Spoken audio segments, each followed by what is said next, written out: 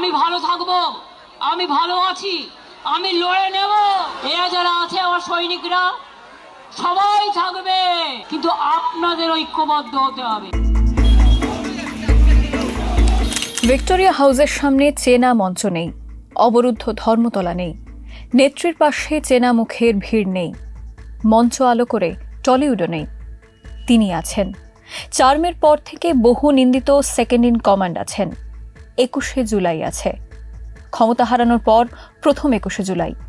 দল মুখ থুবড়ে পড়ার পর প্রথম এত বড় জনসভায় মমতা বন্দ্যোপাধ্যায়। এই যে বলছে শিরায় শিরায় রক্ত, এটা আন্দোলনের ভক্ত।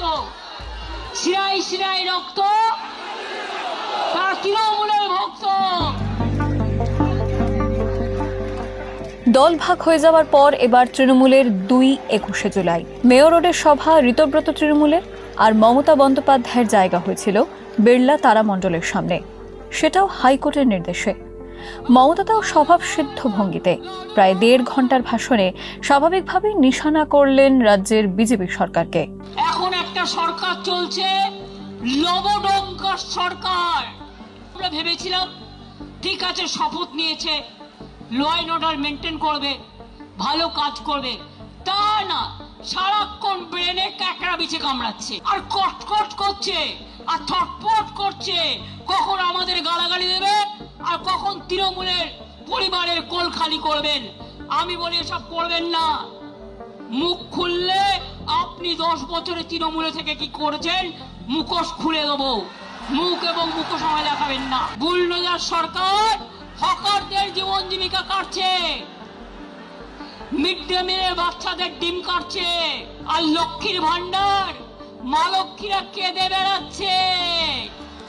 মমতার নাম না করে শুভেন্দুকে কটাক্ষের পাল্টা উত্তর এসেছে বিজেপির রাজ্য সভাপতির তরফ থেকে। এ তো আমরা বহুদিন থেকে শুনছি। যেদিন থেকে শুভেন্দু অধিকারী বিজেপিতে যোগদান করেছেন সেদিন থেকে শুনছি নন্দীগ্রামের পরাজয়কে লোডশেডিং এর পরাজয় করেছে। ভবানীপুরেরটা কি ছিল? তৃণমূলকে মানুষ প্রত্যাখ্যান করেছে। মমতা বন্দ্যোপাধ্যায় মুখ্যমন্ত্রী নেই, তিনি এটা এখনো মন থেকে হয়তো মেনে নিতে পারেন। 1993 সালের 21শে জুলাই মহাকরণ অভিযানে যুব কংগ্রেস নেত্রী মমতা বন্দ্যোপাধ্যায়ের সঙ্গী হয়েছিলেন যারা, তাদের অনেকেই এবার দিদির সান্নিধ্য ছেড়ে মেয়র রোডের সভায়। আসল তৃণমূল যে তাঁরাই, সেই দাবি করছে ঋতব্রত বন্দ্যোপাধ্যায়ের শিবির। 21শে জুলাইয়ের মঞ্চ থেকে সেই বিদ্রোহীদেরও কটাক্ষ করলেন মমতা। নকল বিরাট তপস্বী হয়ে, বিজেপির পাশ বালিশ না হয়ে, চ্যালেঞ্জ বিজেপিতে যান, যান বিজেপিতে যান, যান বিজেপি ডাইরেক্ট করুন, আমার কোনো আপত্তি নেই। যে গদ্দাররা ইডি বাঁচাতে, সিআইডি বাঁচাতে, সিবিআই বাঁচাতে চলে গেছে নিজেদের রক্ষা কবচ নিতে, তাদের জন্য আমি বলি ক্ষমা করুন, আপনাদের আর প্রয়োজন নেই। ভালো থাকুন, আপনারা ভালো থাকুন, আপনাদের পরিবার ভালো থাকুন, ধনে মানে প্রাণে সম্পদ নিয়ে আর নিজের পরিবার নিয়ে ভালো থাকুন। আপনারা মানুষের পরিবার নয়, আপনারা তৃণমূল পরিবার নয়। That is the reality. এটা হচ্ছে বাস্তব। সিম্বল কাটবেন, টাকা কাটবেন, আসল তৃণমূল আমরা। নতুন করে বলার দরকার নেই। সাইনবোর্ড টাঙিয়ে দিলেই অস্তিত্ব রক্ষা হয় না। ওটা বিজেপির সাইনবোর্ড, ওটা বিজেপির সাইনবোর্ড, ওটা বিজেপির সাইনবোর্ড। মমতার অভিযোগের জবাব এসেছে একদা তাঁর বিশ্বস্ত সঙ্গী অধুনা ঋতব্রত শিবিরে যোগ দেওয়া মদন মিত্রের তরফে। আমি তো এই দলে এসেছি, তো আমার বিরুদ্ধে তো সিবিআই হয়েছে, তাহলে কথাটা তো ঠিক হলো। ওই ভয়টাই কি আপনারা চলে যাচ্ছেন? তাহলে তো আমরা যেতাম না, গেছি তো।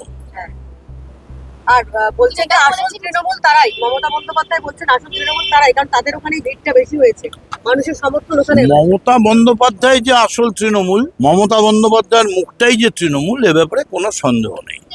কারণ উনি দলটা গঠন করেছেন, উনি সব করেছেন। মমতা বন্দ্যোপাধ্যায়কে নিয়ে কেউ কোনো আলোচনা, কোনো আপত্তি কেউ করেনি। কিন্তু মমতা বন্দ্যোপাধ্যায়ের তৃণমূলটা যেভাবে চলছিল, তাতে লক্ষ লক্ষ কোটি কোটি তৃণমূল কর্মী তারা দুঃখ পাচ্ছে।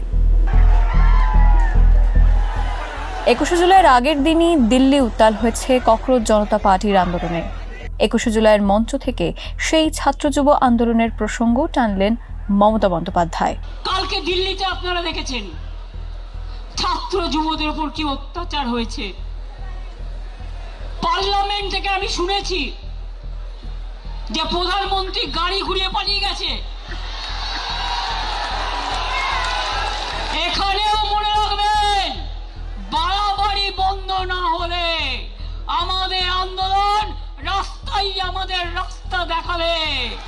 মনে রাখবেন, দরকার হলে ককরোচের প্রোগ্রামে আমি নিজেও যাব, কারণ আমাদের সমর্থন প্রথম থেকেই ছিল, আছে এবং থাকবে।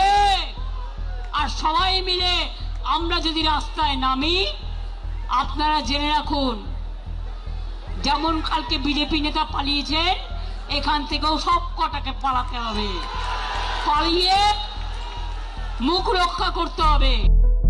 4 মের পর রাজ্য রাজনীতিতে একা হয়েছেন, যার বিরুদ্ধে কংগ্রেসের সঙ্গে জোট ভাঙার অভিযোগ রয়েছে, অন্য দল ভাঙিয়ে নিজের ভাড়ারে টানার অভিযোগ রয়েছে। সেই মমতার মুখে ইদানিং জোট বার্তা শোনা যাচ্ছে।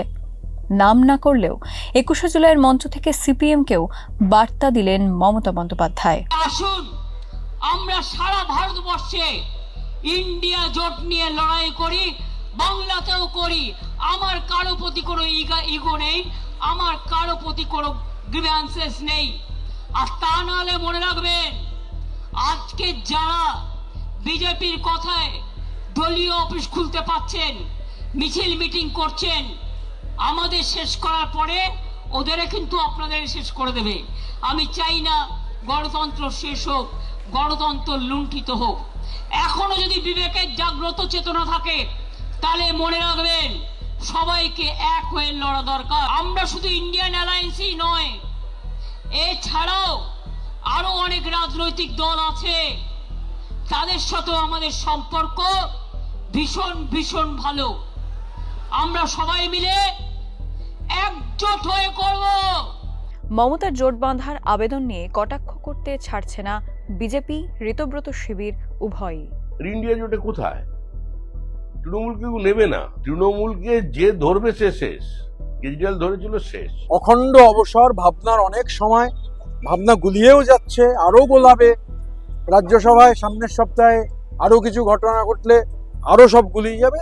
স্বাভাবিকভাবে ককরোচ কেন, ডাইনোসরদের নিয়েও আন্দোলনে যেতে পারেন, সমস্যা নেই। 4 মের পর থেকে একে একে মমতার শিবির ফাঁকা হয়েছে।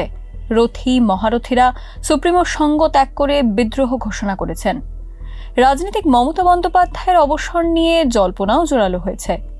এদিন ভিড়ের নিরিখে অবশ্য বিদ্রোহীদের টেক্কা দিয়েছেন মমতা বন্দ্যোপাধ্যায়। 2026-এর 21শে জুলাই কি মমতা বন্দ্যোপাধ্যায় তার নতুন ইনিংস শুরু করতে পারলেন?